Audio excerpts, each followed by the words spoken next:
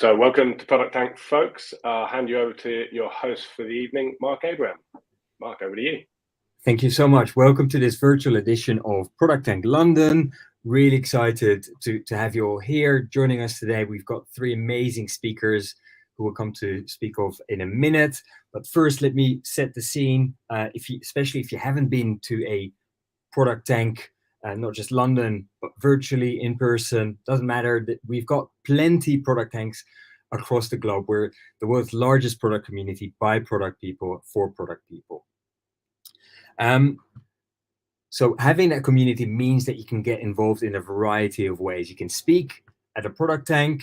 You might get inspired tonight, for instance. You can host or sponsor a ProductTank. You can write for mindtheproduct.com, or you can become a Mind the Product member for more content, or and join the global community of passionate product people that we talked about.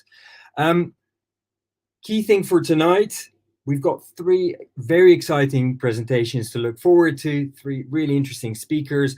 I would encourage you to start thinking about questions. We'll keep an eye on them throughout all the three presentations. Then once we finish with the third speaker, we'll have a Q&A session, and we'll try to cover as many questions that you might have based on the presentations in that Q&A session. So please, throughout, don't wait till the end. I would say start pulling in your questions for the three speakers. And again, here they are. I will start introducing them individually, because tonight they are going to talk about getting design, engineering, and product work together. And one of the reasons why I'm so excited about tonight's topic and the three speakers that we've got is that we've got three different perspectives. So we have Kate, who will introduce shortly, talking about that collaboration from a design perspective. We've got Benjamin talking about it from an engineering perspective, and we'll have Tristan talking about collaboration from a product perspective. So we should get some really interesting viewpoints tonight. With all that said, I would like to introduce our first speaker, Kate Stephen. And hopefully her slides will start coming up in a minute, but let me introduce Kate, who has a wealth of experience as a UX designer and researcher, and currently covers both product management and design at Machine Max. Having worked in a range of different industries, including financial services, retail, construction, across both software and hardware, Kate's breadth of experience brings unique and creative approaches to problem solving. She's passionate about building the right teams, enabling their success through effective collaboration and personal development. So with that said, I would love to see a virtual hand and a virtual clap for Kate, and over to you. Thanks, Mark. So yes, this evening is all about effective collaboration between those three key areas of product development. And I'm sure we've all worked in places where it's worked really well, and maybe some where it hasn't quite worked so well. So just a quick sort of add on to what Mark already said about myself. So I'm a UXer at heart. You know, my background is UX design and research, currently looking after product and design at Machine Max. And really my take on collaboration is that it is a really essential part to success between those three key areas and within the business in general. And actually, without effective collaboration, you are much more likely to fail. So it's something that we don't really talk about enough, and actually can have a really big impact on the team and on the business. So to understand the problem is where we should probably start. And really, we need to be clear about what collaboration is, what it means. So I want you all to just take a minute, just think, what is the first word that comes into your head when you hear collaboration? What does it mean to you? I asked my team to do this recently, and here are the answers that we got. So there's a range of different approaches to this, but really the three key things that stood out are around knowledge, this idea of knowledge transfer and knowledge sharing, a synergy, so you know, we work together to create a greater, better outcome, and the real key importance of communication. Now, according to the Oxford English Dictionary, collaboration is to work in conjunction with others or another to cooperate. So it seems, you know, kind of easy, but actually it can seem really hard a lot of the time. why is this? Now, often we just don't think enough about how to collaborate or when to collaborate, and also to what extent. You know, often we sit and await collaboration with such big anticipation. We think about the workshop that we've got planned in 2 weeks' time, but it really isn't a single moment. It is continuous. So let's start from the easy part. What does it look like when it goes wrong? So collaboration fails really when people don't know how they're contributing. There might be distrust or misalignment in the outcome, communication's really unclear, and there is not really a healthy amount of conflict. You can think you're collaborating, but actually, you know, unless it's effective, it really isn't collaboration. So think about, you know, are some of these questions coming up that you can see on screen? We've got a couple of things here from when it isn't working. Are you starting to notice that? Maybe, you know, you think you're collaborating, but actually it's not really working as well as you might think. So what does good look like? I'm going to talk about four key areas tonight. So first is around having clear roles and responsibilities. The second is making sure that there's an agreement on a shared outcome. The third is around continuous and clear communication and building trust. And then finally, making sure that there is the right amount of constructive conflict. So we'll start with roles and responsibilities. We all know what engineers do, what designers do, what product managers do, but do we actually know what their expectations are of us within our role? Do you know how you fit into this process, how you fit into this sort of production line? It really does differ by company and also by team. And it's something that you should probably reassess, you know, when the team changes, maybe at the start of a new piece of work, or even, you know, just at any point in time, or if you start to see friction. Now, if roles and responsibilities aren't clear, then you will see that frustration within the team. You might see that deadlines are getting missed, maybe the velocity of work is slowing, and obviously that there's a lack of willingness to carve out time to actually collaborate. So, of course, it's much better to preempt this. You know, it can be really hard once it's gone wrong and maybe there's animosity towards one another within the team. So there's no harm in getting ahead of this and making sure that actually everyone is really clear on what their roles and responsibilities are. So maybe try it out this week, next week. You might be surprised at what comes from it. So there are many different ways that you can do this, and I think there are a couple of other ways that will be discussed tonight as well. But the way that I like to do it is a roles and responsibilities matrix. So what you can see here is this diagram on the right, and there are a couple of different ways you can do this, either as a Venn diagram or as a more of a table structure. And really what you're trying to do is, say if we take the first row here, so from a product manager perspective, what are my expectations of product, so of my own role?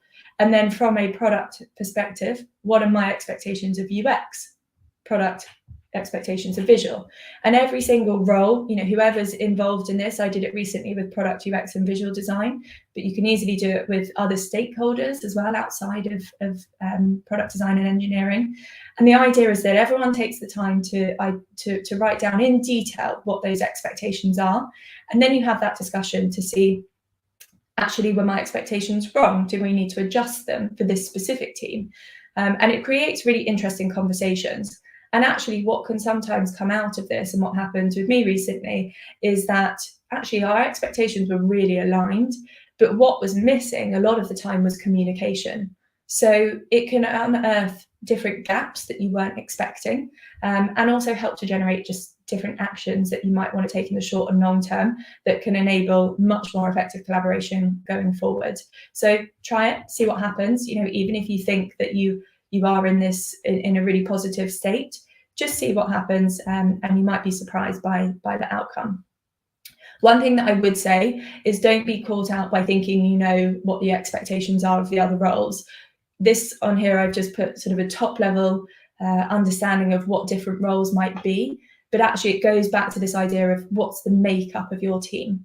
You know, you'll always get roles that cross over. So you might get a PM who's more design led, or an engineer who really wants to get involved in research, or designers who want to contribute towards prioritization. So make sure that you don't get clouded by this top level view, and you really do go into that detail. The next area then is around having a shared outcome. Now, outcome and output are often confused. So let's just quickly make sure we're all aligned on what we mean by that. So if we take an example of a cake, very simple, you've got all the ingredients, that's the input.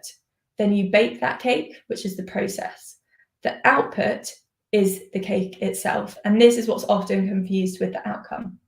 Whereas you've got the outcome, and that's really the emotion, the sentiment. You know, what do we think when we see a cake? We think of celebration, of happiness, maybe even the joy of the taste. So that's the outcome that we're really looking to build, and that can often be really hard. So when we are thinking about this shared outcome, there are a couple of different ways that we can do that.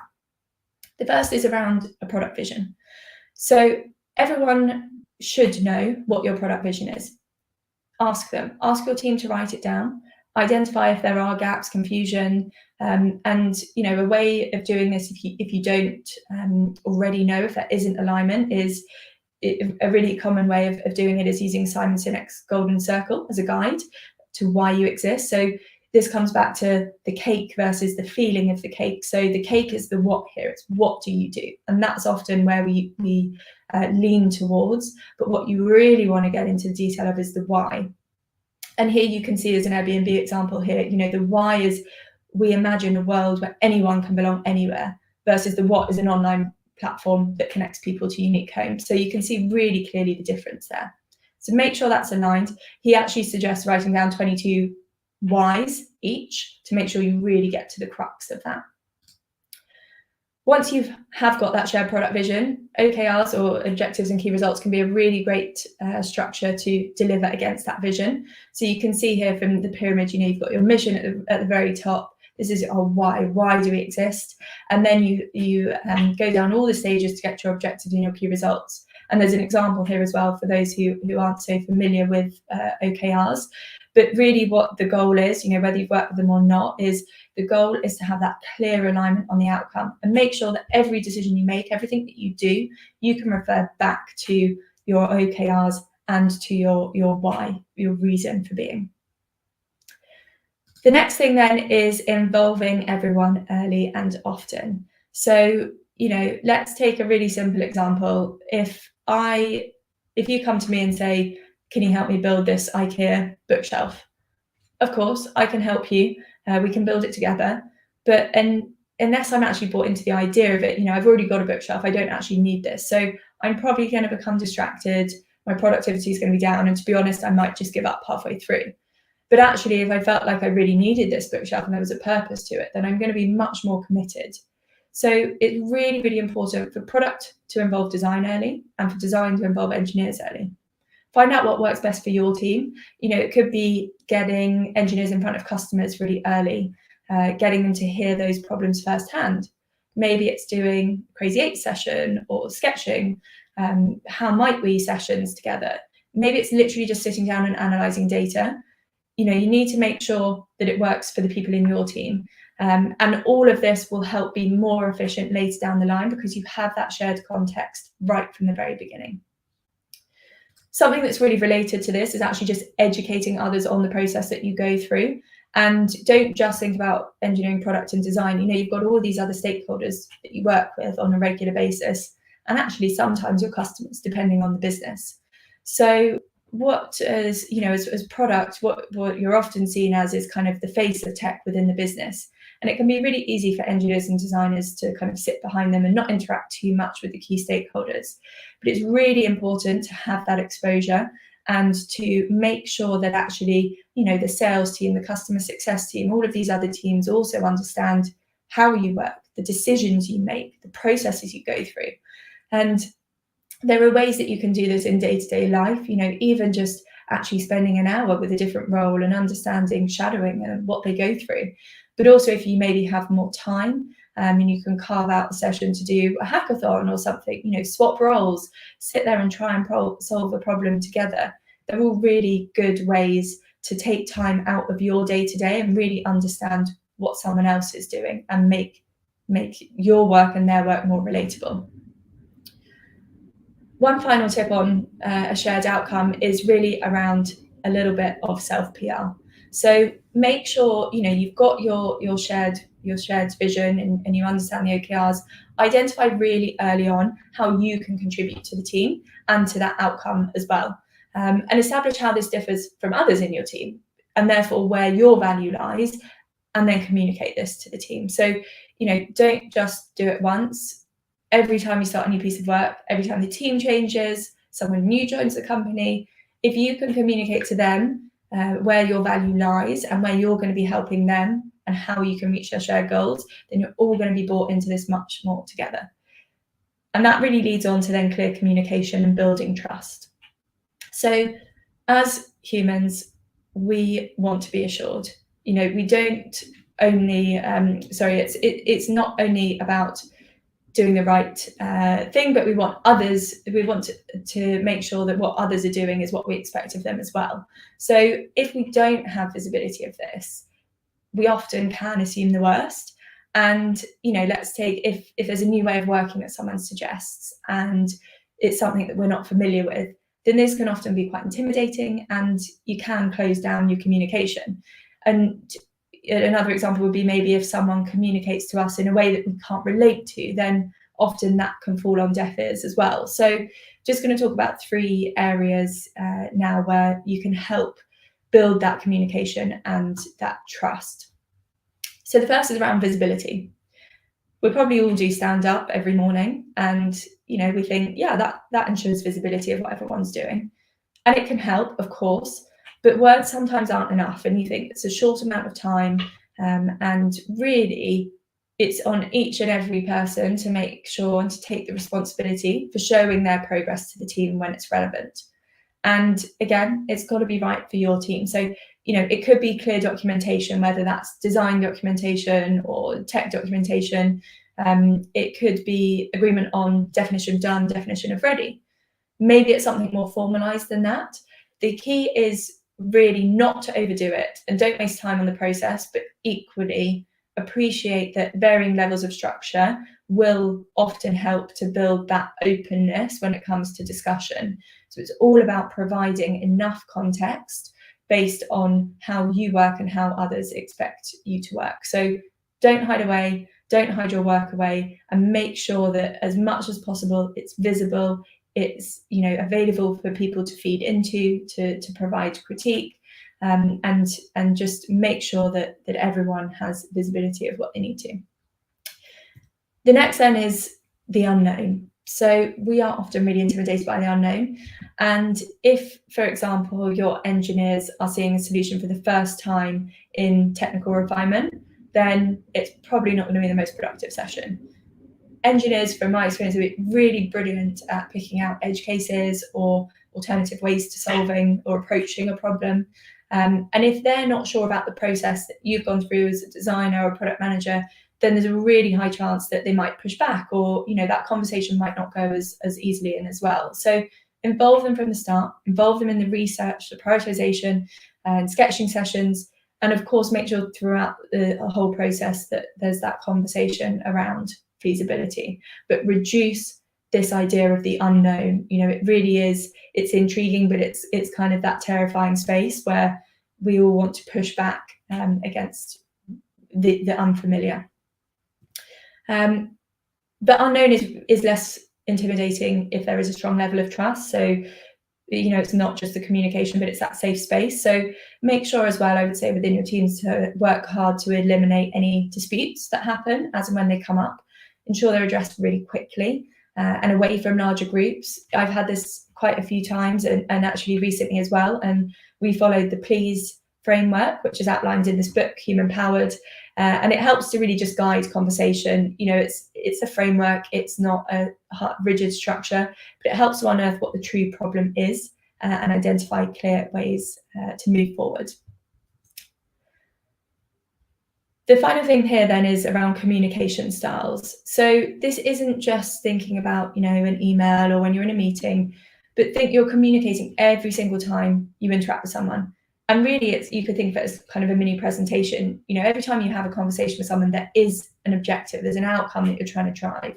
So whether it's just, you want to feel better, you might want a laugh, or whether it's that you want an agreement on something, what does MVP look like?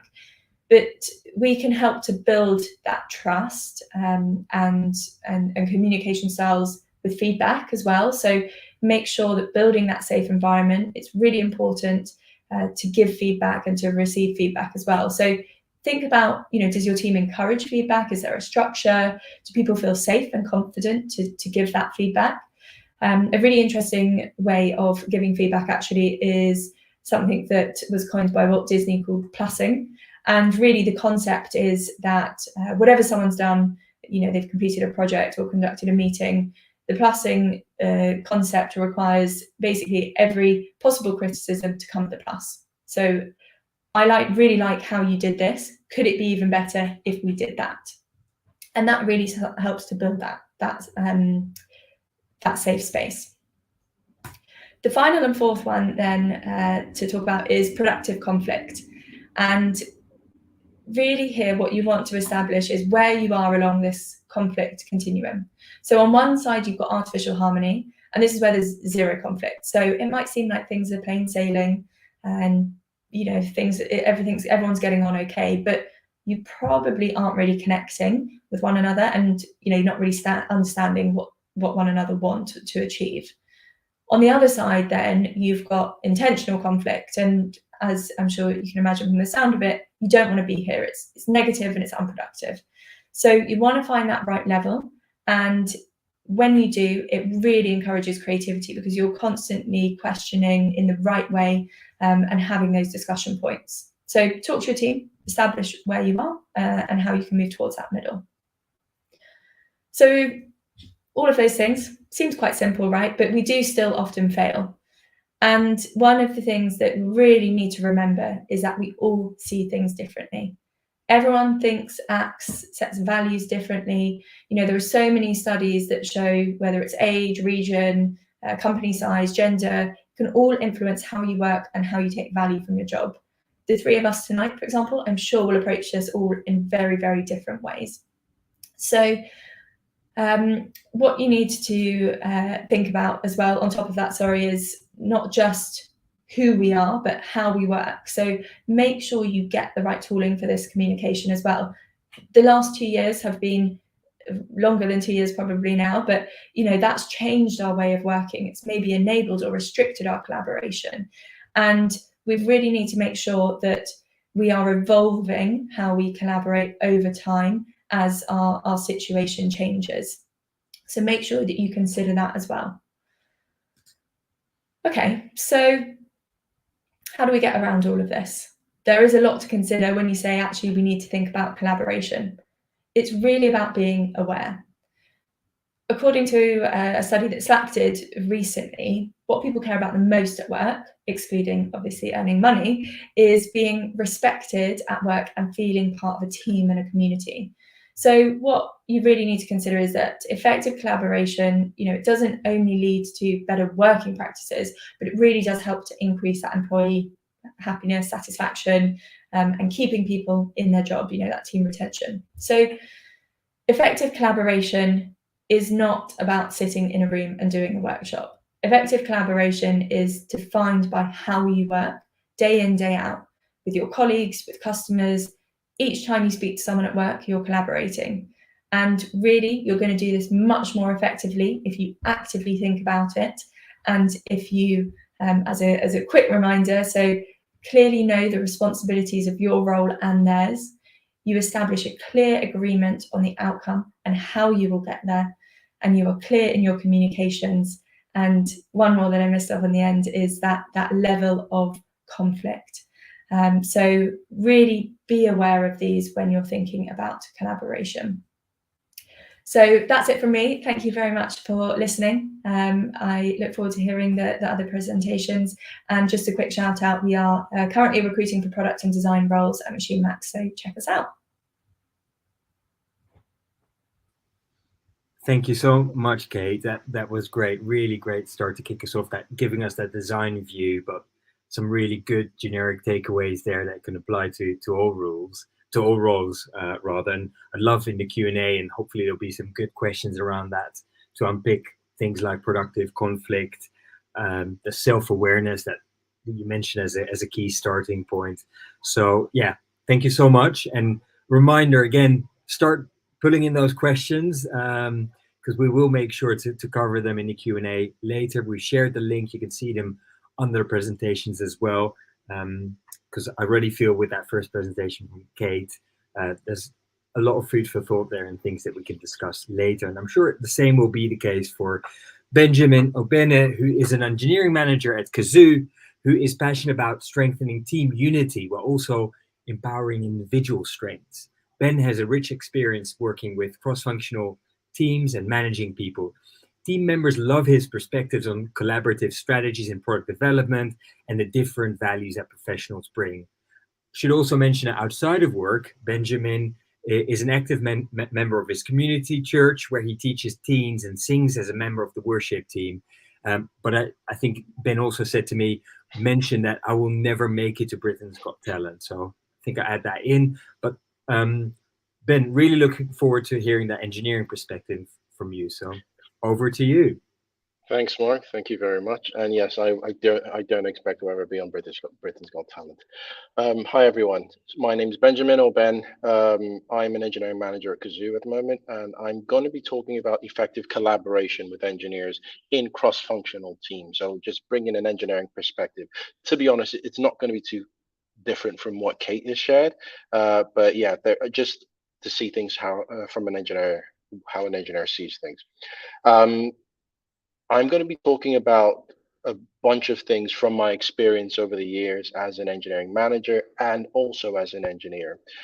During my career, I've experienced situations where the lack of clarity on who's doing what has caused a breakdown in collaboration. Just basically, we collaborate ineffectively. I've seen cases where a particular person in any of the roles is expecting someone else from another role to be doing something, but the other person is like, that's in their head, that's not even what I'm supposed to be doing.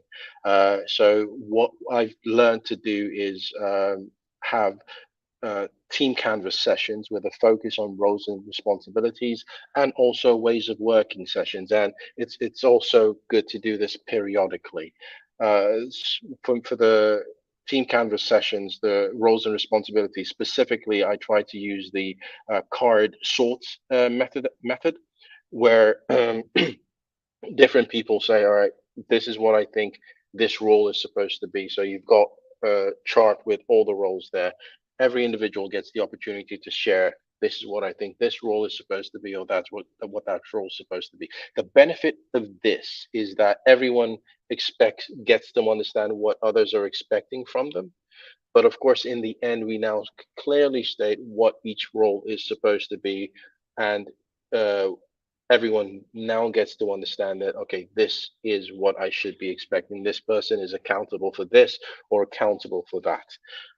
That said, we don't necessarily say that, okay, because this is what I'm accountable for, this is what my role is, I don't do anything else.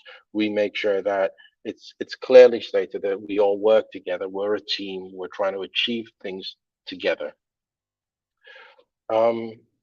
Next is basically, I'm going to be talking about a few things regarding what engineers expect from product managers, what we expect product managers to know. First one is have a basic understanding around technologies which the team uses. So various technologies which the team use. Are we using APIs? Are we using microservice architecture? Are we using event-driven architecture? Now, we don't expect product managers to be fully techie to understand every single thing about it, but to at least understand the basics of those technologies. So when speaking to stakeholders, they have some sort of an understanding of what we can or cannot do. Context switching. It's almost impossible to completely remove this, but it is also important to note that an engineer having to switch context throughout the day constantly is quite frustrating, and at the same time, it makes it quite challenging for the engineer to deliver a quality piece of work. It increases the risk of introducing bugs into the code because when an engineer goes into the zone, that the development zone, that basically they're zoned in, they're thinking of what they're doing. You break their concentration when you're asking them to pick up a different code base, pick up a different task entirely. So for this reason, we tend to, in my teams, we tend to set a specific work in progress limit. The reason for that is once I've picked up something, I'm going to see that through till the end before I pick up something else. That way, you reduce the number of distractions that impact that particular engineer. Knowing the technical vision and ideas of the team and understanding the needs to prioritize tech debt. This is kind of like an age-old battle between product managers and engineers, where new features are prioritized consistently over tech debt. It brings to mind a bunch of memes where you see this is the back end, this is the front end. The back end is like a war zone. The front end is looking so beautiful.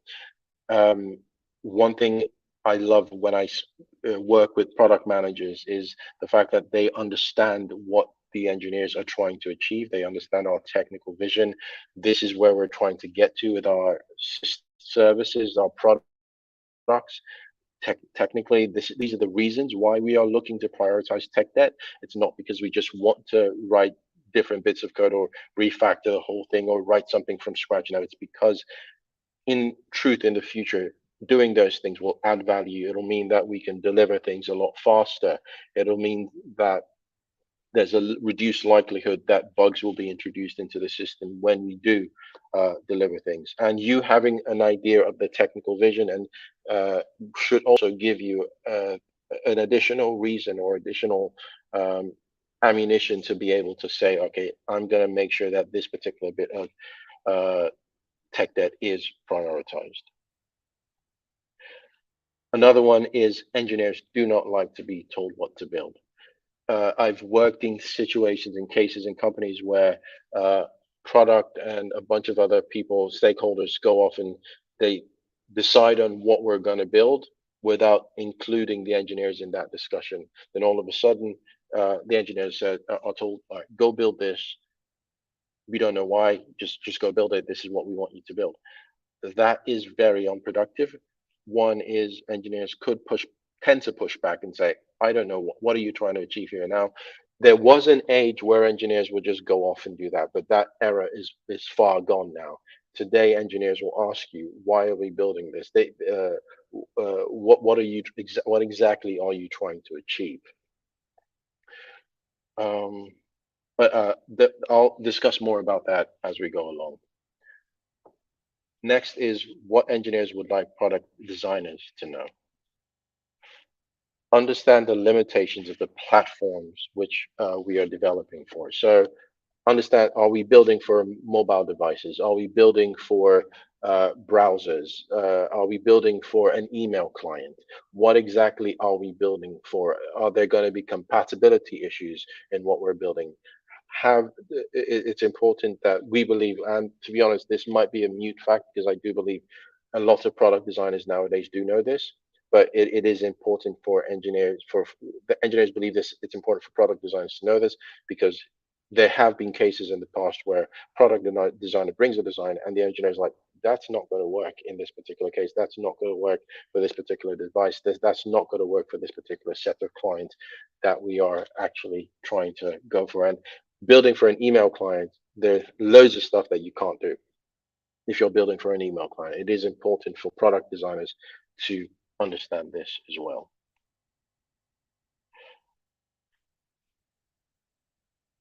Engineers are also concerned about the customer. That's the user experience, the customer experience.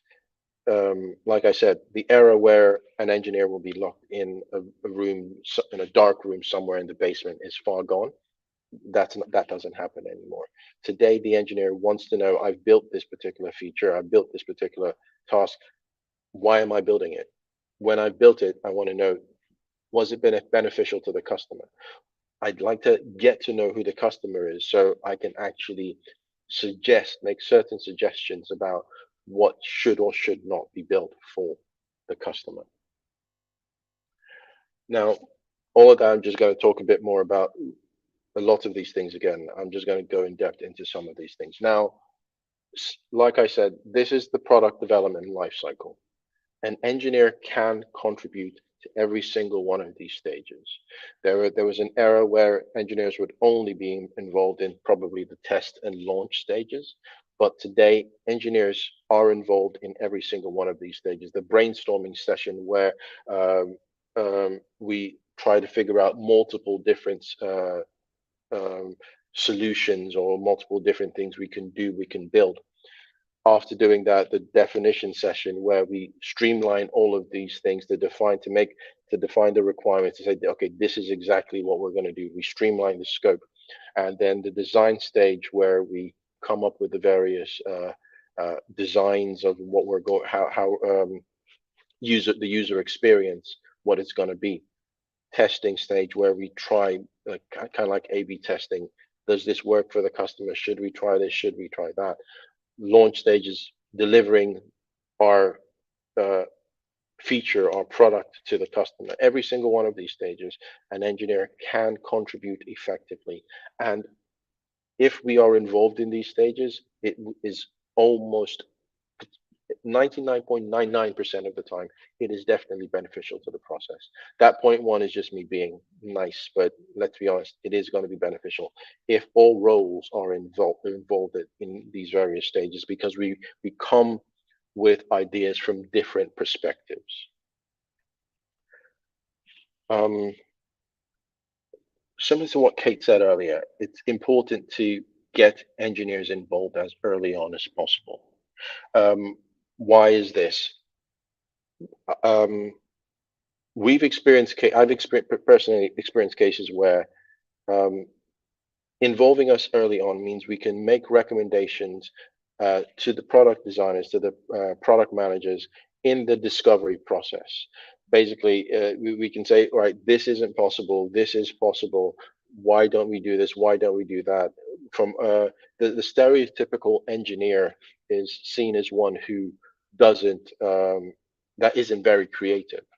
But engineers today are actually excited about this stuff. We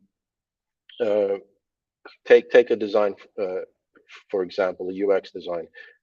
I've been in a case where a product designer put together a particular design. That design could have been done better, but the product designer was like,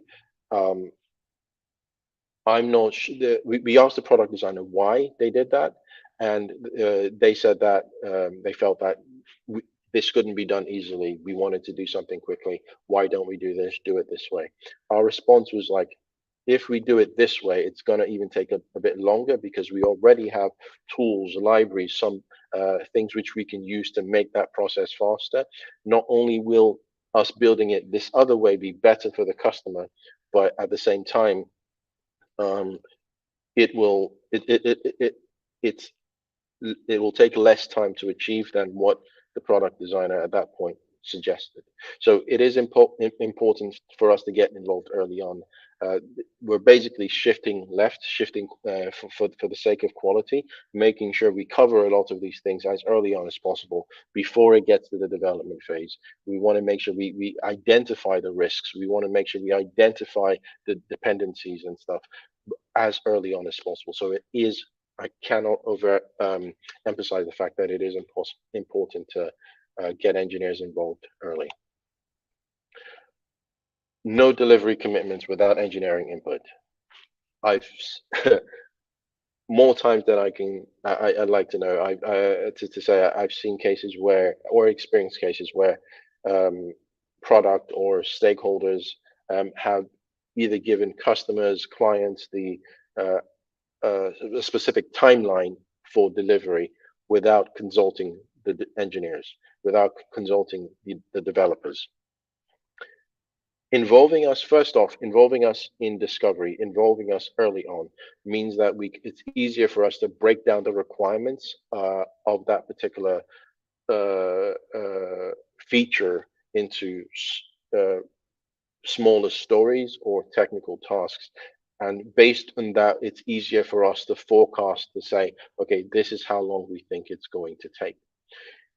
We may break things down and we may get the estimates wrong if we don't know enough about those particular things. We would just be picking numbers out of the air. All right. So it is important for us to be involved early on.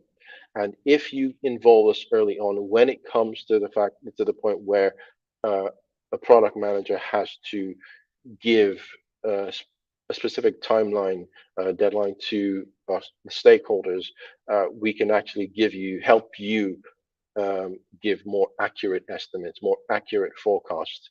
They definitely will not be exact. They will not be on point. We know it's an agile process. We don't need to know every single thing about everything, but we need to know enough to make an educated decision, an educated, not so much a guess, but just, yeah, decision as to how long specific things will take, or what's involved in building that particular feature.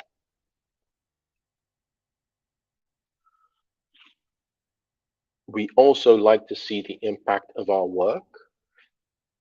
It's not just a case of fire and forget. We'd like to know how things panned out in the end. We've put in a lot of work to get us this far. Was it worth it? Do the customers we're building it for like it, be it internal or external customers? What was the experiment we did? Was it successful? Do customers like the buttons here or there? Do customers like this particular user experience or that user experience? Was the hypothesis accurate? Sometimes we take decisions based on a hypothesis. We don't have all the data initially. Was it accurate? Okay, now that we've done that, can we gather the data? What do we do next? Do we need to continue? Do we leave things as is? Have we achieved the success metrics? Or do we want to make a few adjustments? Engineers want to know all these stuff. Engineers enjoy this part of stuff. It's not just writing code anymore. It's basically, we want to be involved in every single part of the life cycle of this product. Getting to know the impact of the features we build on our customers also encourages us. It gives us that sense of accomplishment that we've seen the output of the works of our hands. We've seen the outcome, what we've been able to achieve. Kind of like an architect that builds a skyscraper. They look back and say, they're happy that this is what I built. And it's similar with engineers. We want to see the joy that the work which we've done, the pieces which we've built, the things we've developed, bring to the customers we are building them for. Feedback and recognition. This is another thing similar to what Kate has said as well. We love feedback. Most of us anyway. Let's be honest. Most of us do love feedback. We love feedback. We want to know, did we do well? Are we collaborating effectively? What can we do to improve things next time? In a number of my teams, even recently where I worked in Kazoo, we tried to do some speedback sessions where we have 2 minutes with each member of the team, and within those 2 minutes, each pair has 1 minute to give the other person feedback, constructive feedback and praise as well. It is important to do this so we can improve our relationships with other roles in the team, but also so we can know what we need to do to improve. There may be things that we're doing that's frustrating you as a product manager or product designer. Giving us that feedback helps us make those adjustments. And in the same way, we can also share our feedback with you so that you know exactly what we are expecting of you, so that we can collaborate a lot better. Recognition is also tied to this. So in addition to praising us when we do things well, it is also important that the team, the engineers, those who did the work, are recognized for what they've done. I've seen cases where it's usually the person who is most out there, the person who is most visible, that gets the recognition. Doesn't happen as much nowadays, but it is still important for that to happen, for the engineers to be recognized for the work they've done. It might seem a bit trivial, but it is really important. It's where when people are not recognized, when people are not, they don't feel appreciated for the work they've done, and that's where you can see there may be some attrition in that team, which is something as an engineering manager I try to ensure that I avoid. So I try to encourage giving constant and consistent feedback between the engineers, between roles, and etc. Now, putting it all together, I'm not going to stand here and say that, or sit here, you could say, and basically say that I've gotten it right every single time. Okay, but I will say that I've worked with different people, and the truth is there are different people, and people's personalities change over time. So not only is it important to understand these people, understand how they work, understand what they how they want to work with you, understand their various idiosyncrasies, but it is also important and it's not something you do once. So the ways of working session, the roles and responsibilities slash team canvas sessions, you don't just do it once. Like I said earlier, I do it every time I join a new team. I do it every time, periodically when a new member of the team joins, and I try to also make sure that maybe twice a year, once a quarter, once in every other quarter or something. That we try to revisit our ways of working. We try to revisit some of these expectations which people have from each other.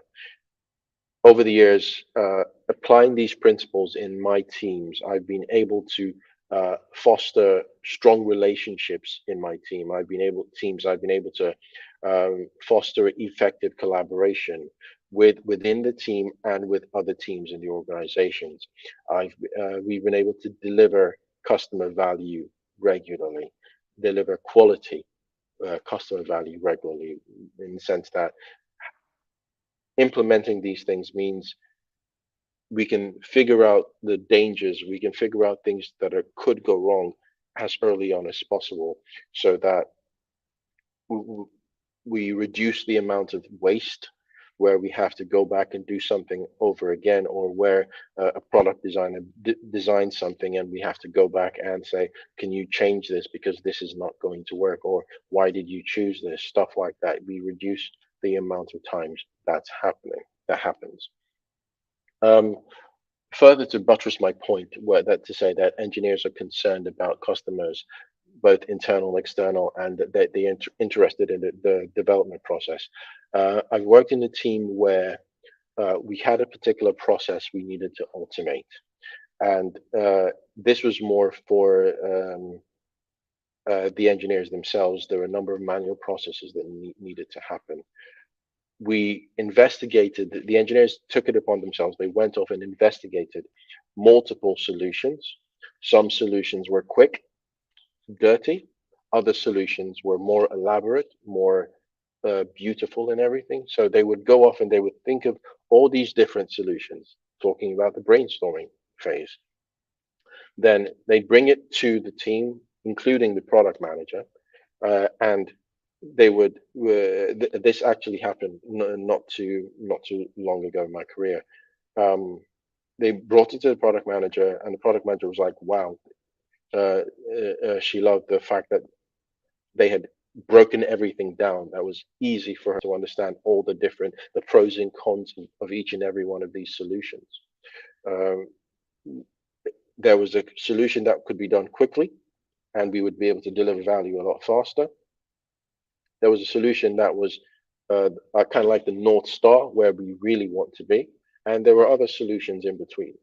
Now, we, of course, went for the initial quick solution just so we could deliver value as quickly as possible, but then went on to say, all right, this is the next thing we're going to do. Now, the North Star, we didn't choose the North Star, not because we didn't want to do it, not because we didn't have the time to do it, but because there were so many other dependencies on other teams, which at that point in time wasn't something that could happen.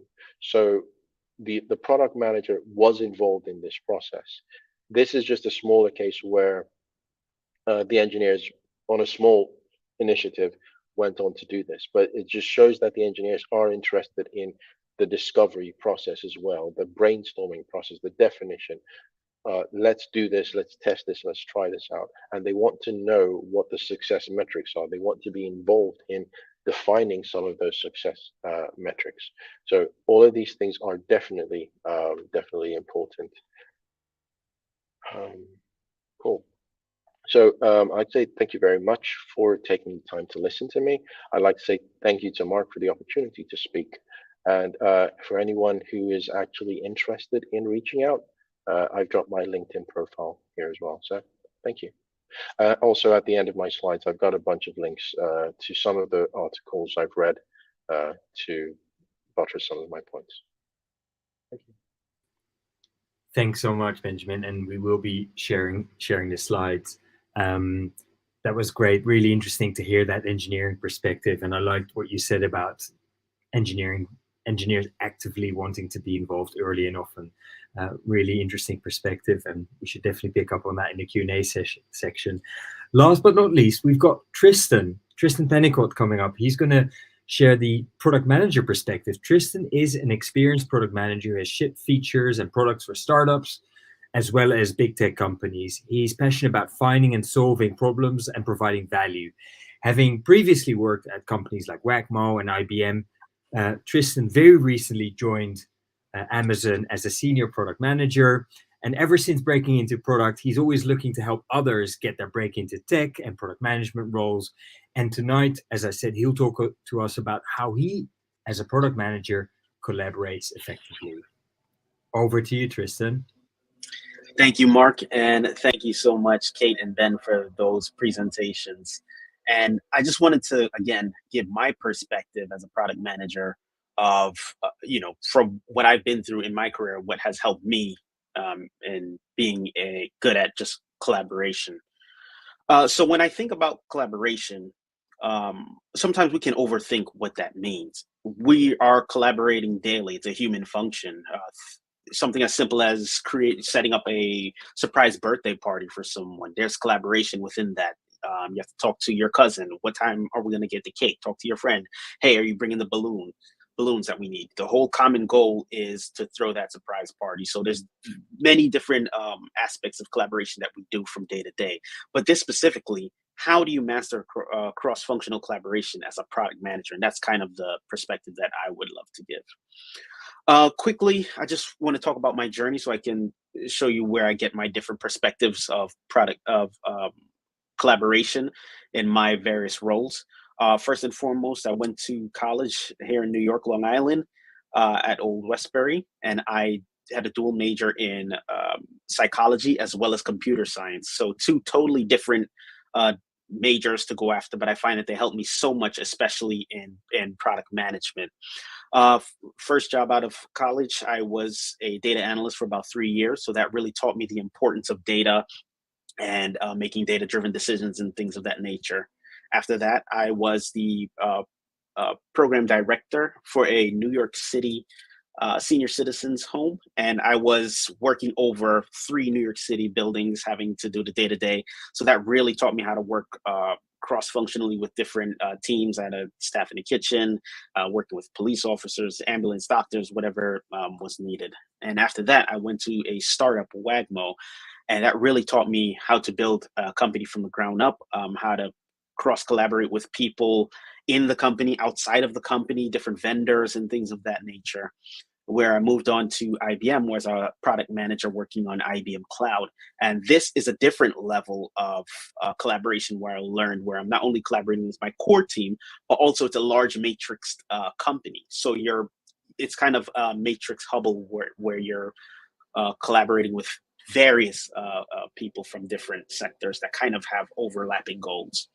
And currently where I am at Amazon, where again, it's a really big company, similar to IBM, but what I'm working on specifically in the Amazon ads and the ends of things is step up in collaboration where you're working with marketing and various things. So to bring it back to the core, what is a cross-functional team?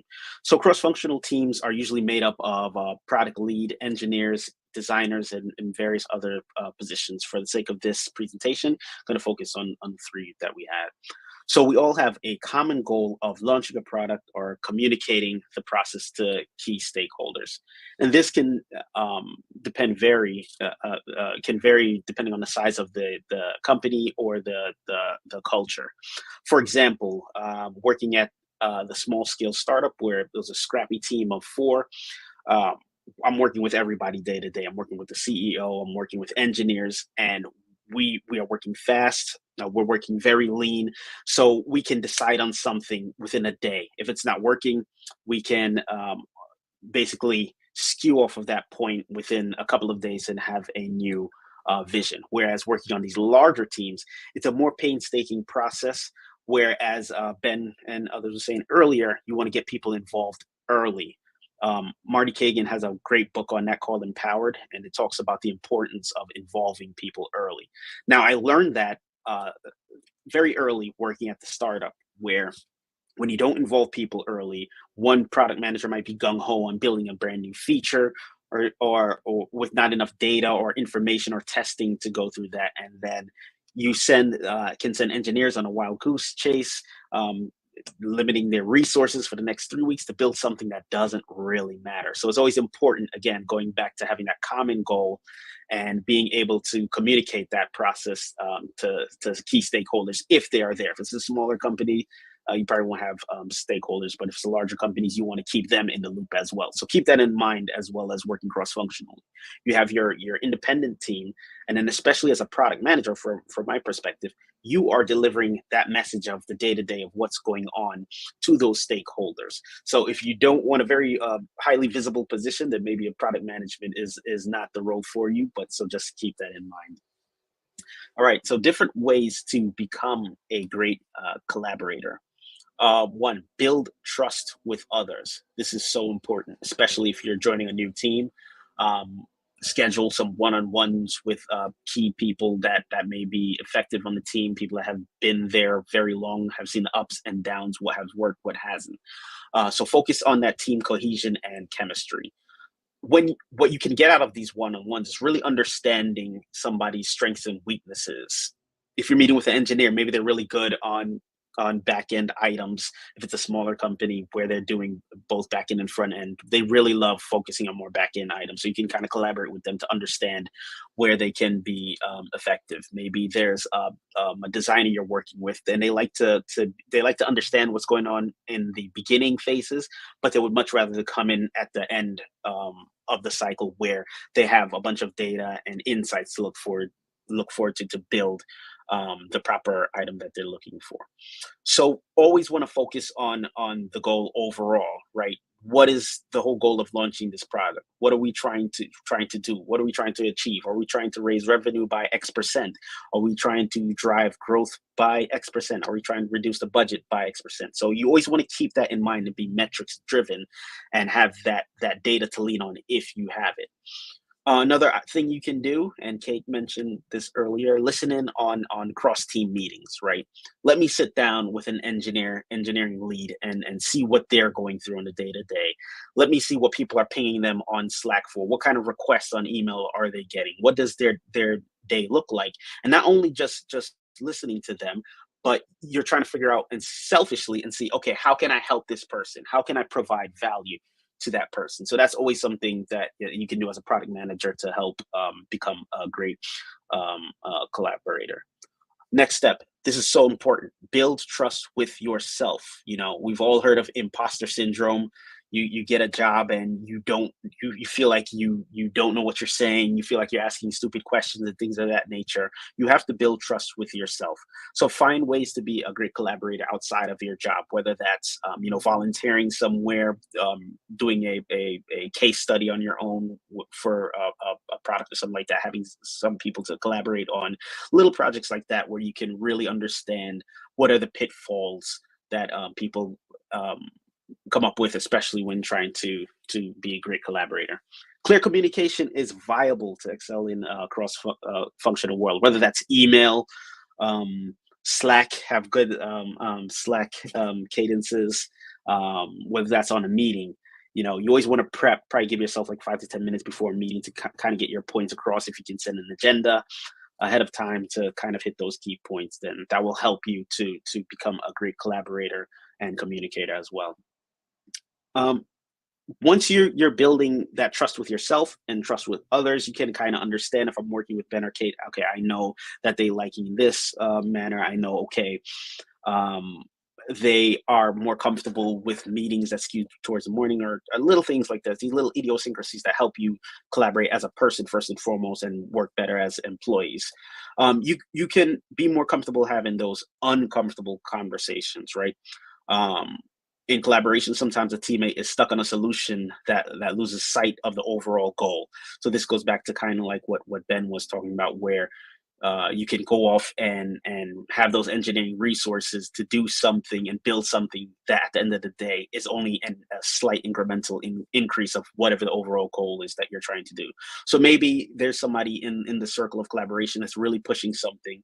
So you have to be able to have those uncomfortable conversations and stand your grounds. And one of the ways that I have been doing it as a product manager is using data to influence people when possible. You always hear, as a product manager, you have to influence without any authority, and that is 100% true. And one of the ways that I like to do it, and this goes back to my data analyst days, is try and use data as much as you can. Hey, I hear what you're talking about. This is a great idea.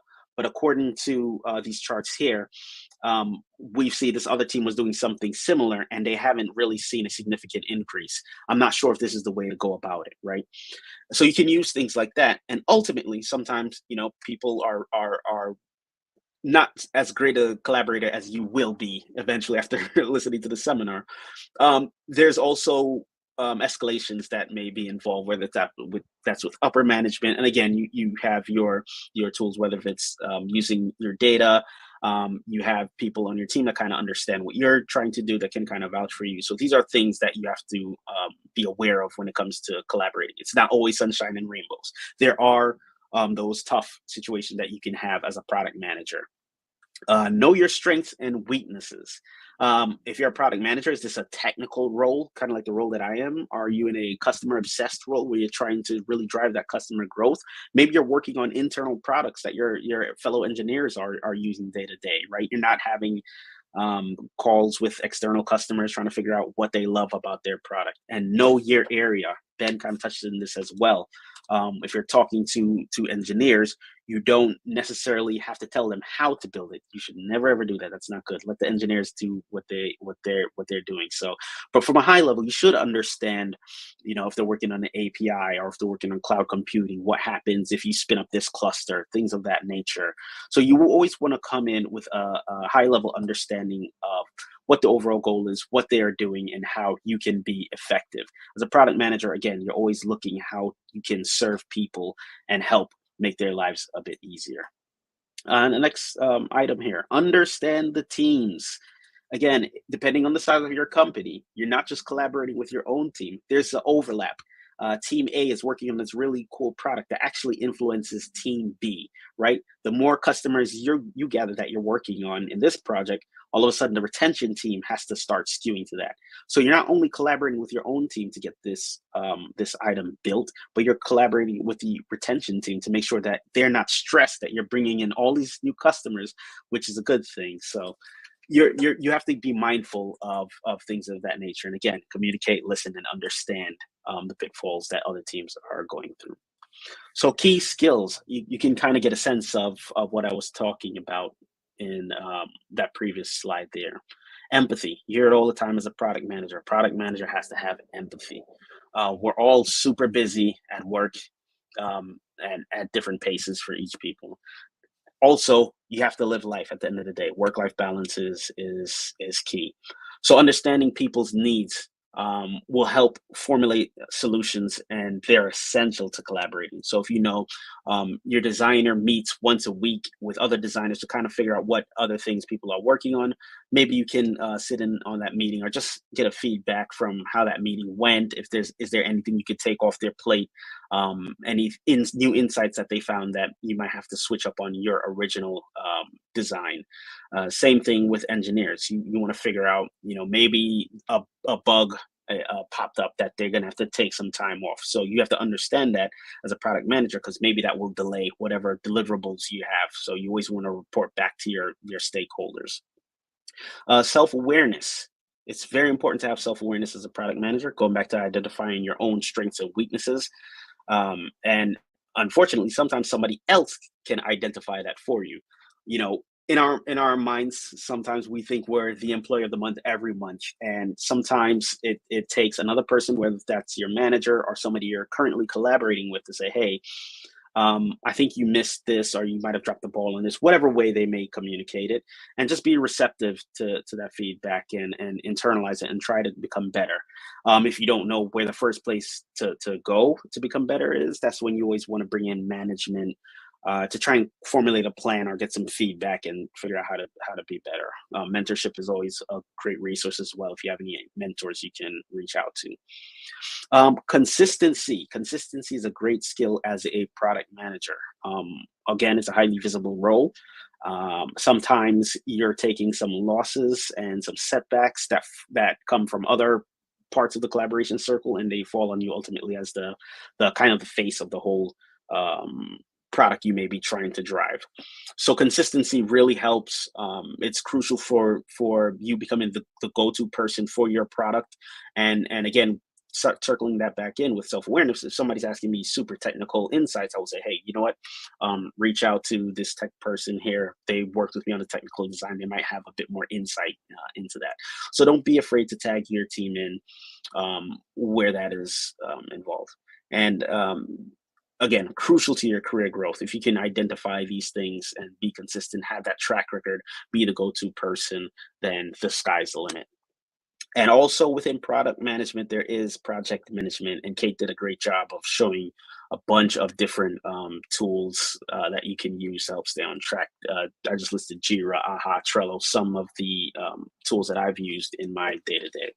And the way you can use these tools in collaboration, again, not everybody has time out every day to meet for 30 minutes, an hour, whatever the case may be. So let's have a board that can track all of these various changes, right? Tag your engineer, tag your designer in an update or an insight you found, so that when the next meeting comes along, they already have some insight into what you were talking about. They know the day that happened, what the issue is, what the history is.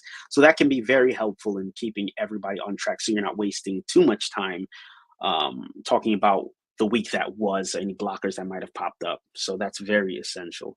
And these are some key skills that you should think about when you're trying to collaborate as a product manager. So struggles, again, it's not all sunshine and rainbows. Stepping into a highly visible cross-functional role can be daunting. So you have to be open and honest with leadership. Again, having those uncomfortable conversations. Sometimes you might run into pitfalls and things of that nature. You might get stuck. Engineering might not have a proper a viable answer. It may be for you, but maybe not for a stakeholder who you ultimately have to go back and report to. Design is not yet ready to execute on what you're doing. They need a bit more information. You don't know where to get it from, again. So you want to tag in leadership if possible. Seek mentorship if possible as well.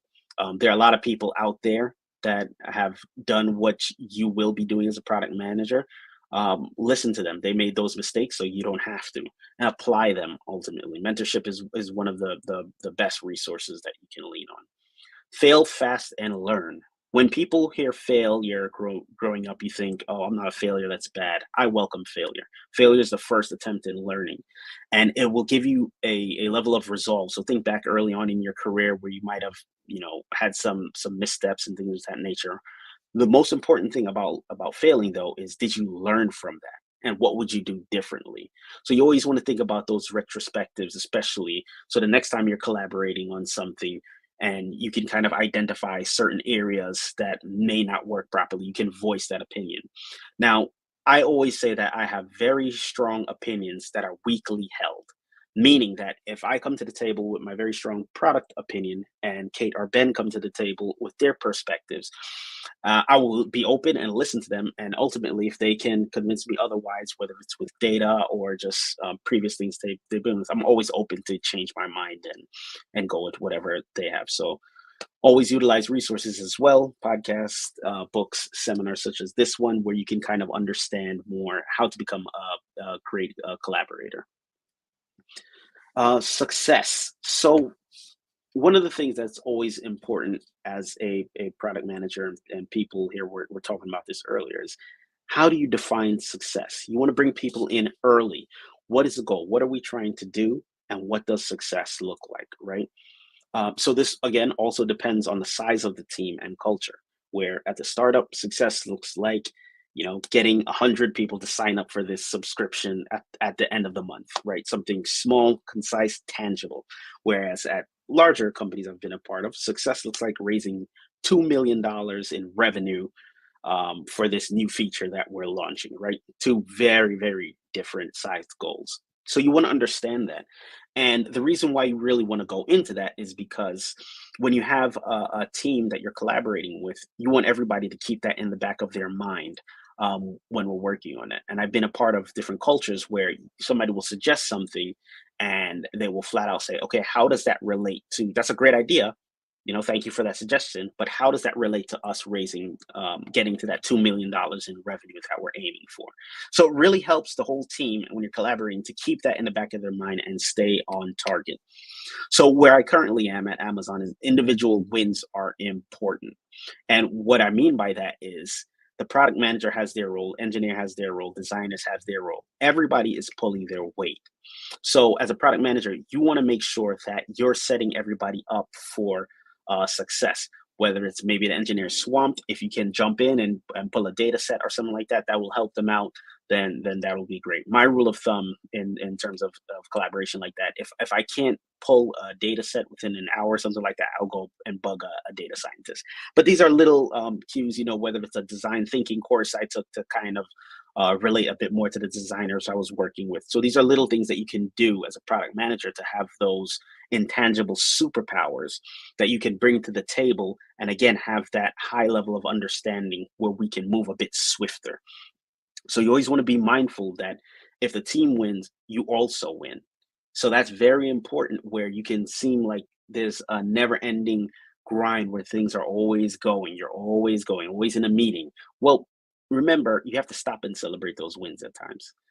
Measure what matters. So again, if the goal is to get to 2 million in revenue, how do we get there, right? Is it the number of people that signed up? Is it the number of people that resubscribed? Is it keeping retention rate at a certain level? So you want to measure what matters and always, again, trace it back to that original goal that you're trying to hit, and make sure, again, everybody knows what that looks like, right? If it's for design, you want to make sure, review. Maybe they're moving the button to resubscribe to something in an email link differently, or somewhere on the UI that you're working on. Let's test that and see, are more people clicking this button versus when it was in a different placement. So little things like that I've worked with designers on, just to think through to hit different goals.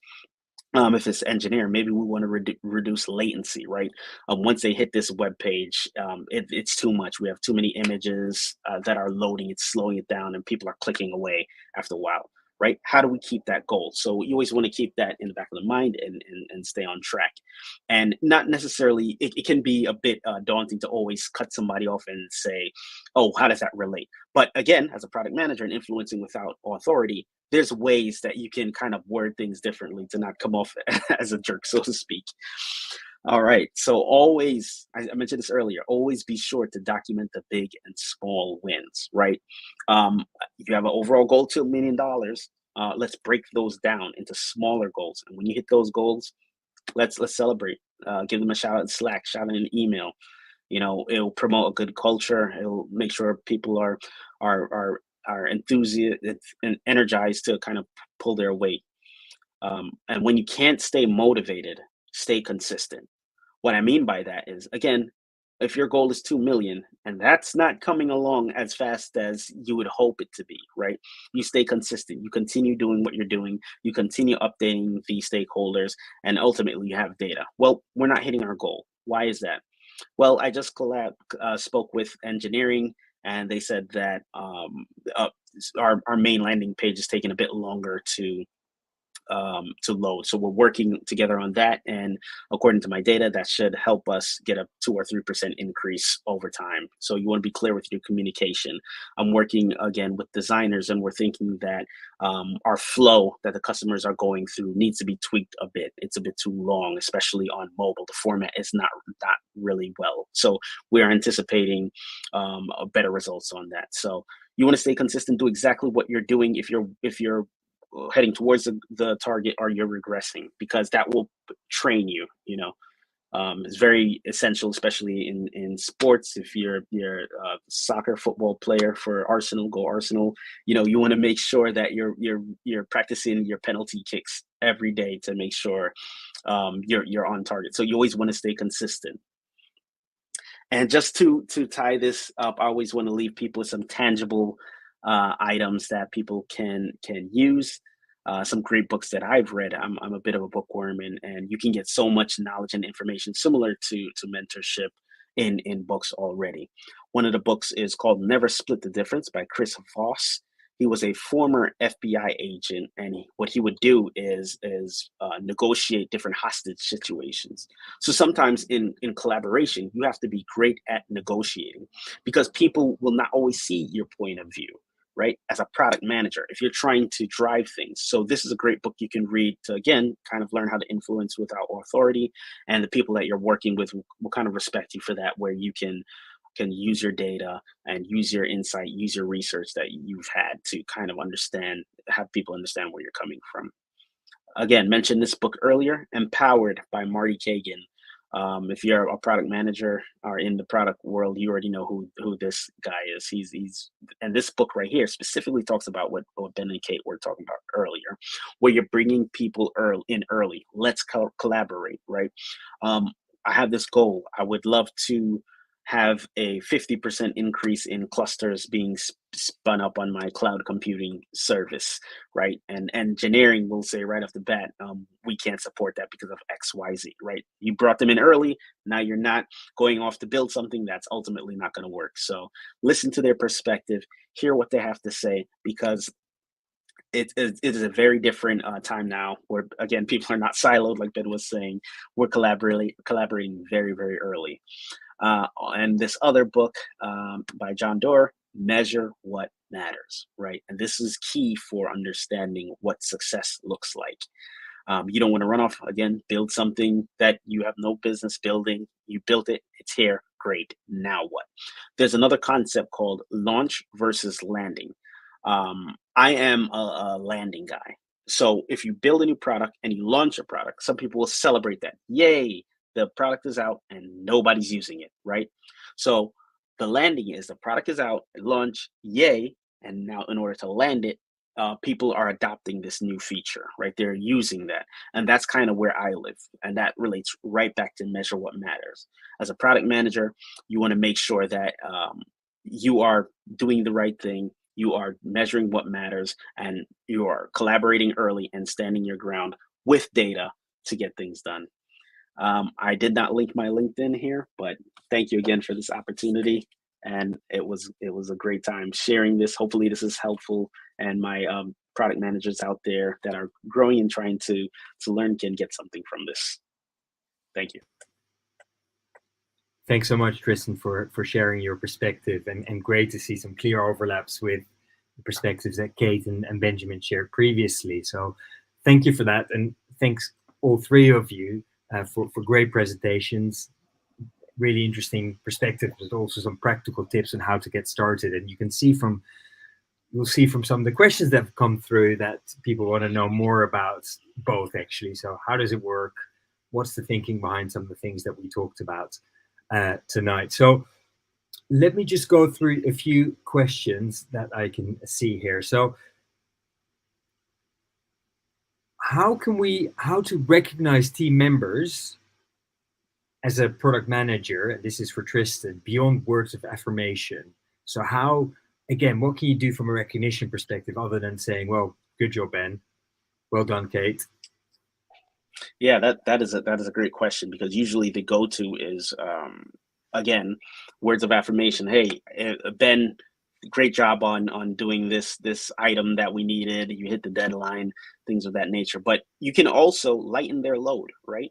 One thing that I do, if I know Ben is great, he's my go-to guy. I'm not gonna use him all the time. So if I know marketing or somebody comes, hey Tristan, we really need this. Well, I'm gonna stand there and be his shield. Well, why?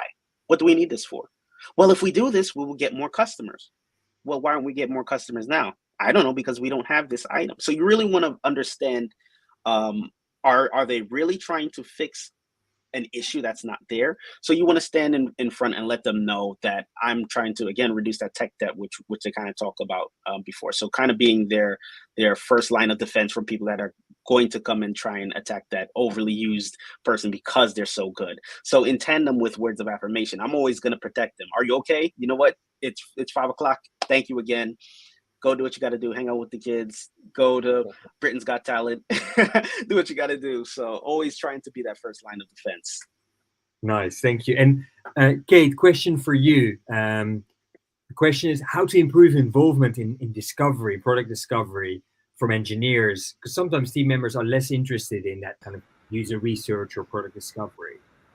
Yeah, absolutely. And it doesn't need to be, come and listen into a customer interview, a customer call, or, it doesn't need to be that active involvement, because if someone isn't interested, then you're not going to force them to do that. So really, something you could do is show them how a piece of research has informed a design decision. So make it really practical. And then, when you take when you do a design critique, for example, you can give that context and say, hey, actually, we did this piece of research. This is what we found out. And this is where we've got a practical implementation of it. So there are loads of different ways throughout the process that you can involve engineers, I think.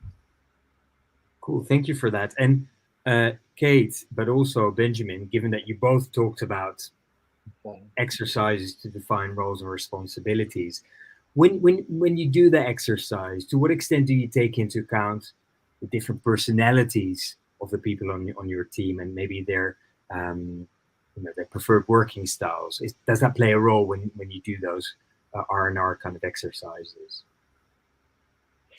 Kate, do you want to go first, or should I take that? I would say I definitely think you have to. You can't ignore a team is made up of different personalities, different strengths, different growth areas. So you have to bear that in mind. And really what you want to probably do is make sure that people are aware of the impact of their ways of working or of their personality or their communication styles. If they're aware of that and the impact that they have, then it might actually be something that is a growth area for them. Or it might be that we need to adapt our way of working for that specific team. And I think it goes back to make sure you know the makeup of your team and the people in that team before you make assumptions as to how you should work and how you should interact with people. Thank you. What's your take on that, Ben? Point. Also say basically, so roles and responsibilities sessions, it's basically first off to say, this is what is expected of you from an organization's perspective. So different organizations have different expectations of what specific roles are accountable for. So the first thing is, all right, from an organization's perspective, what are you supposed to be accountable for? What should I be expecting you to do, or what does the organization expect these different people to do? Then we have the ways of working session, like Kate has alluded to. In that session, we now agree on how we are going to work together as a team. We could sign a team contract, a social contract, to say, all right, we're not going to have meetings at this period of the day, maybe between 12 and 2, because maybe we want to have lunch. So let's not set any internal team meetings between that period. You agree as a team on how you're going to be working together, how you're going to communicate. Then when it comes to individuals' various personalities. You could also have a manual of me. So with the manual of me, you could say, this is how I want you to work with me. This is how I prefer people communicating with me as an individual. So these are different tools or as things you could put into play to take things into account. But specifically roles and responsibilities is from an organization's perspective, what is every individual accountable for? But then as a team, we're still supposed to support each other. Got it. Thank you so much. And Tristan, you mentioned from a product manager perspective, focusing on team cohesion and chemistry. And the question is there a risk that as a product manager, you start acting a bit like the team manager, even a team that you don't have any kind of formal authority over? You're arguably you're part as much of the team as the engineers, as designers are. I love that question, and there's a reason I put that book in, Never Split the Difference, teaching you how to negotiate, because you're going to do a lot of it. Because as a product manager, Ben and Kate know that you're not directly managing them, right? You have to have a lot of data and things that are backing the decision that you're trying to come up with. And again, those uncomfortable conversations. Maybe I'm working with an engineer or designer that's moving a bit slower than everybody else. So how do you get them motivated, right? How do you understand what might be slowing them down? So again, you can be a team manager in the sense of, understanding where everybody's perspective is, what they're working on, what they're struggling with. And that can come with having a good relationship with your leadership as well, so that you're not overstepping certain boundaries. So leadership is in place for those situations. So you can only do so much as a product manager, and you have to understand that, going back to the self-awareness, and then tag somebody in where you can. Cool, thank you. And a more tactical question for you, Benjamin, because you talked about technical debt, and the question is, do you use any particular techniques to visualize or contextualize technical debt in a way so that its impact and its importance and maybe scale is understood? Yeah, so I don't use any specific techniques. In truth, I usually rely on my relationship with the product manager. And one of the things I do, so recently, one of my product managers, she introduced me to the what's it called? I think it's called the weight shortest journey or something of the sort. So basically, we categorized every single one of the things we're trying to achieve, prioritize them based on effort, based on impact, and a bunch of things like that. Then we use that strategy to say, all right, this is the next thing we're going to work on. This is how long it's going to take us. This is why we're going to do this.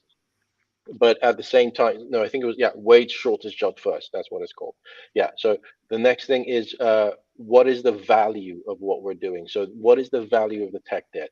Is it going to unlock something else? Is it going to make things faster? Are we going to develop something a lot faster next time around?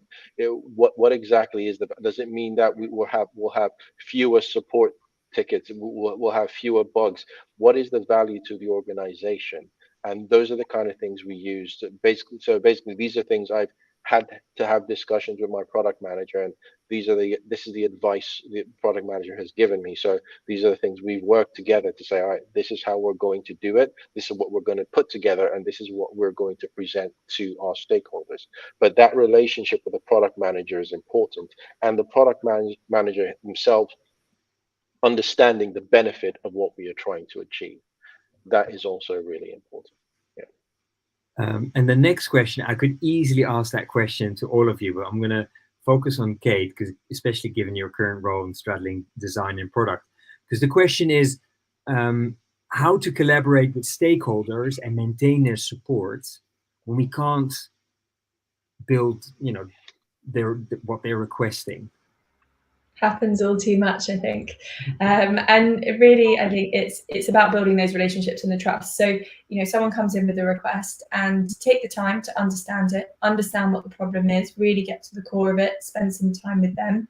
And then what you should be doing, if it comes back to visibility, is they should probably be aware, and if they're not, you need to make them aware of what the current roadmap is, what the backlog is, and then now we understand the problem, let's see how it fits in with all of these other things. So take them on that that journey, that process that you go through, to make sure that they can then see, okay, actually, yeah, I think you're right. This other thing is much more, is going to have much more of an impact than actually what I suggested. And therefore, it's going to come later down the line, or actually maybe when we get to the bottom of the problem itself, it's something else that we've already, we've got disguised in the roadmap, for example. So it's about taking the time to listen and to discover what they're really talking about, and then relating it back to what you've already got prioritized and planned, I think is the best way around it, because often it's never good news. Quite, and you still want that, as you say, maintain their trust and support. Tristan, I'm sure this is, again, bread and butter for you as a product manager. Anything to your perspective on that question? Yeah, so one thing when it comes to stakeholders, if you're early on in your product management career, you're gonna appease to them and try and figure out things, whatever it may be, whatever request they may be, you're gonna try and deliver. When you get more seasoned, you're gonna learn this magical word. So this word is called no, right? And you have to figure out how to say that in very different forms. No, why can also be a no, right? That's a great interesting request, can also be a no. So you have to figure out different ways to kind of block so you're not in that position. So let's say you're already in that position and you can't build on their request, right? That's where you have to be open and honest. I've been in situations sometimes where we wanted to build something, we get halfway through and we realize we're not gonna be able to build this. It's gonna take too much headcount. We're not gonna get that. So you try and find easy wins. I've been stuck in something where I went back to the roadmap, look at the tech debt, and picked up a couple of things that kind of been sitting there in backlog hell for a bit, and use those to get really quick wins and strike back. So you have to be a bit creative when you're running into those situations. Not all stakeholders are created equal, and you will kind of understand which ones you can get some leeway with versus let me provide a deliverable quickly. Excellent. Let's, if it's okay with you, let's do 2 more questions. And for the next one, I'm gonna stay with you, Tristan, because there's a question about how to navigate working in a team or division that lacks alignment and doesn't track or use metrics. Yeah, that I mean, you can relate this to joining a very young startup. You can relate this to being a large company that just went through a big reorg. So you want to have solid things in place. Don't be scared to try and implement things. If, again, going back to an empowered team, if you have that ability to go in and kind of add some structure, maybe they have something that they were using previously, they kind of went to the wayside, somebody joined a different company, the reorg happened and they kind of stopped doing this. So kind of find different ways to add a bit of structure. Now, if you don't have access to metrics or data, why is that? Are we just not tracking this?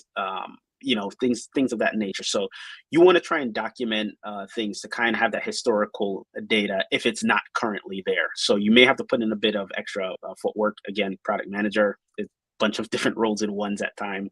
So you might have to put on that hat of collecting data and putting things all together and try and leveraging that as well. But it can be difficult. I've been a part of teams where it just doesn't exist.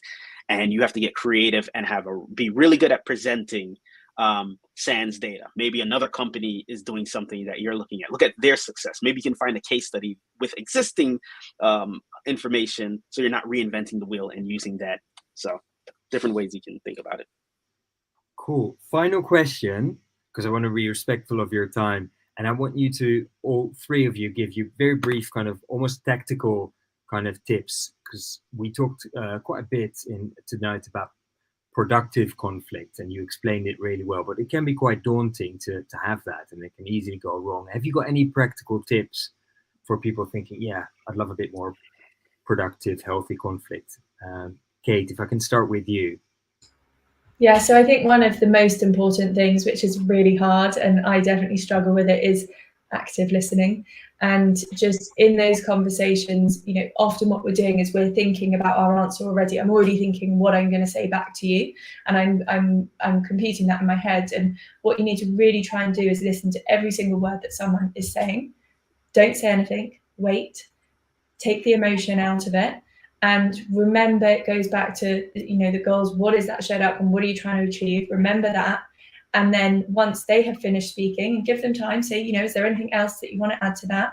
Then they've put their point across. You've been listening to it. And then without that emotion, because you haven't been thinking about it in your head the whole time and building up this response, you can then actually have a conversation based on the facts. And, you know, if there is data, try and bring as much data as possible. But just remember to listen would be my biggest piece of advice. +1 to that. Thanks, Kate. What's your view, Ben? Yeah, something similar. So for me, it's relationships. How do you build relationships in that team? What's the culture of that team? What's the culture of the organization itself?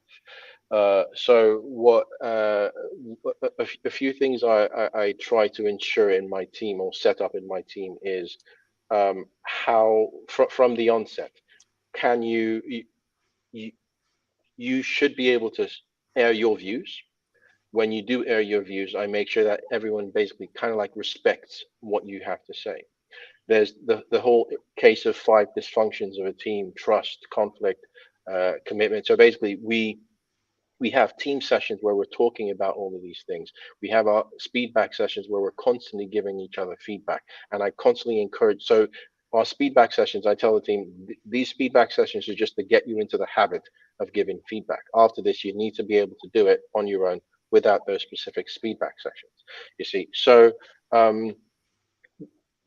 even in the team, there are those people who are a lot more quiet, and I tend to try to find the opportunity to say, all right, what about you? What are your thoughts on this particular thing? And also, as the person who may have veto to make the final decision, not always the engineering manager. It could be the principal engineer in some cases. It could be the product manager in some cases. But one thing I do try to do is encourage that veto would only be used as a last resort, almost never used, to be honest. So the most important thing is let everybody, as many people, share their views. If people don't want to talk, I say, all right, do you want to talk outside this forum? But we try to make sure that when we get to the point where everybody is able to talk, is open enough to talk in that forum. So those are the kind of things. So basically, but for me, it's relationship. What's the relationship of that team? How do you communicate with each other? And do you give each other the opportunity to speak up and be vulnerable in the team? So that's kind of like how I make it happen in my teams. Nice, thank you. How about you, Tristan? That was amazing and well said. And my response to that is kind of be an amalgamation of both Kate and Ben's, where Kate, I really love using that, where the active listening, and I always like giving people tangible things. If somebody says something or they have a viewpoint that you disagree with, thank them for that question, and it'll give you time to really decompress and think through how you want to respond. Again, nullifying that emotion and going from there. And exactly what Ben was saying, some people that you're working with, they only come to you when there's a problem, right? So let's create some kind of mixers or social things, checking in, hey, any plans for the weekends? Or let's be humans first and employees second. I always leverage that. So now when a conflict does come, and me and Mark and I are going back and forth, he knows that I'm not coming from a place of hate in my heart for him or anything. I just don't like that idea, and I think mine is better. So let's verbalize that with data somehow to try and come to common ground and understanding. And that's always how I try to go about having productive. It can be harder, notably it can be harder through email or text, the way you're interpreting a word or the tone and things that can get lost in translation. So you always want to keep that in the back of your mind too. So, hey, can you jump on a quick call or something like that? Different ways you can kind of diffuse situations. Excellent. Well, thank you so much. We've come to the end of the event tonight. I hope everyone online will join me virtually when applauding you, because that was amazing. Really interesting to hear different perspectives. We talked a lot about dynamics within teams. Dynamics is part of effective collaboration, do's and don'ts. So thank you so much. Really appreciate you sharing with us tonight. So that's a wrap for tonight. There is another Product Tank coming up soon, because we got World Product Day on the 19th of July, and we really hope to see you then. But again, thanks and enjoy the rest of your day.